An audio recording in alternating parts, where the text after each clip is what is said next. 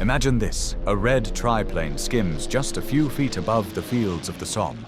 At the controls sits the most feared pilot of the First World War, Manfred von Richthofen, the Red Baron. With 80 confirmed victories to his name, his enemies feared him and his country revered him.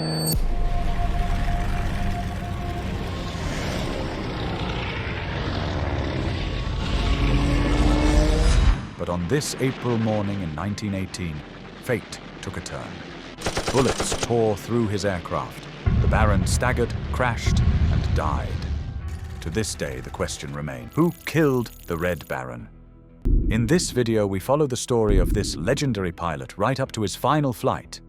We'll look at how he became the Knight of the Air, the myths that surround him, and examine the crucial question: did the fatal shot come from a Canadian fighter pilot, or from an Australian machine gun on the ground? Manfred von Richthofen began his military career in 1912 with the cavalry. But the trench warfare of 1914 to 15 quickly proved that horses had little place on the modern battlefield. Bored and frustrated, he volunteered for the German air service. At first, he flew as an observer. Only after training as a fighter pilot did his talent fully unfold. His first confirmed kill in September 1916 was a milestone. And from then on, he rose quickly to become the terror of the skies. It was there that he met Oswald Boelcke. Known as the father of air combat, Boelcke taught him the key principles of aerial warfare: discipline, teamwork, and attacking only with the advantage. Richthofen was no reckless daredevil. He relied on calculated tactics: always strike from higher altitude, always attack with surprise, never take unnecessary risks. This cool, methodical approach made him successful very quickly. By early 1917, Richthofen was given command of Jaster 11. With his red Fokker DR-1, he became the flying symbol of German air power. His rules were strict: always attack with the sun at your back. Attack only when the enemy had no escape. Never lose sight of the battlefield. These principles, passed down from Boelcke, shaped the myth of the disciplined, almost knightly Baron. In April 1917, during the so-called Bloody April, he scored 22 victories in a single month. No other pilot of the war came close to his total of 80 confirmed kills. But fame brought pressure. For German propaganda, Richthofen was more than a pilot, he was a symbol. His survival became almost more important than his victories. Even he was not invincible. On July 6, 1917, he suffered a severe head wound from a bullet. He survived, but from then on he struggled with headaches and concentration issues, perhaps a decisive factor in the fatal mistake he made in April 1918. The last day, April 21, 1918. Early in the morning, Richthofen took off with his Jaster for a mission over the Somme. He spotted his young cousin, Wolfram von Richthofen, in trouble and rushed to help. Soon after, he noticed the Canadian pilot Wilfrid "Wop" May. Inexperienced, flying alone, he looked like easy prey. Richthofen gave chase and made a fatal error. He pursued May deeper and deeper over Allied lines. Over the village of Vaux-sur-Somme, Captain Roy Brown, May's friend, suddenly appeared from the clouds.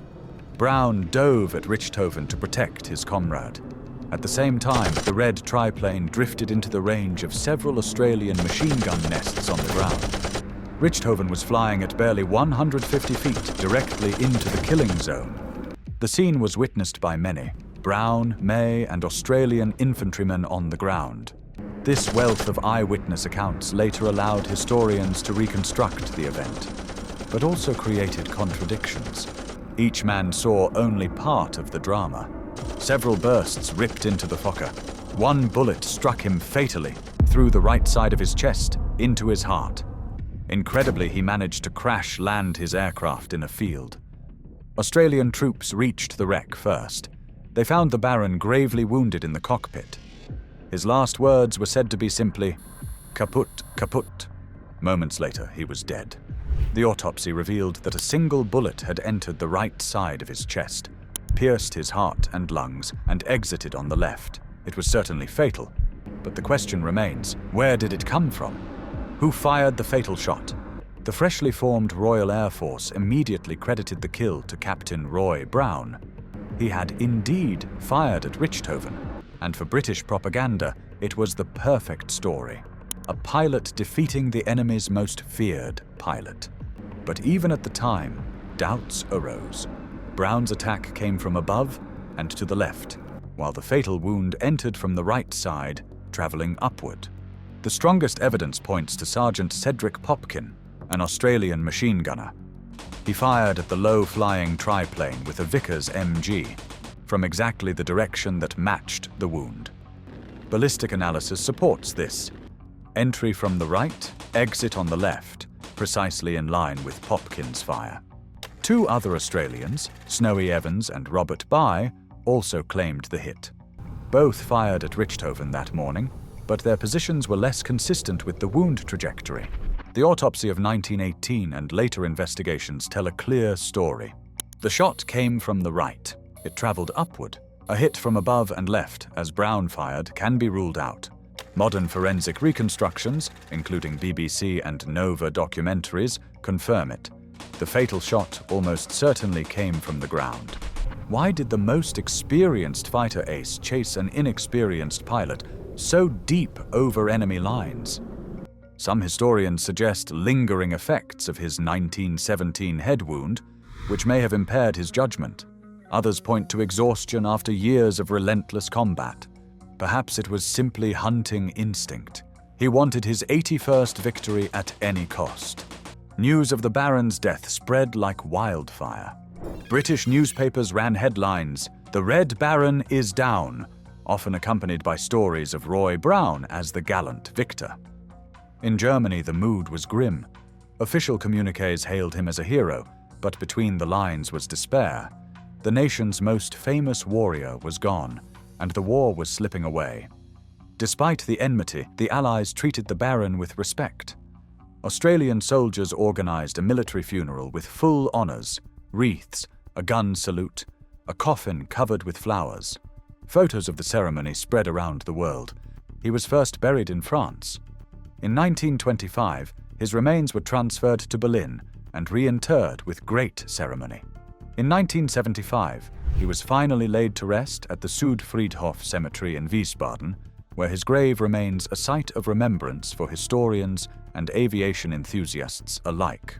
Richthofen became a legend, the Knight of the Air, who sometimes honored his fallen opponents by sending wreaths after shooting them down.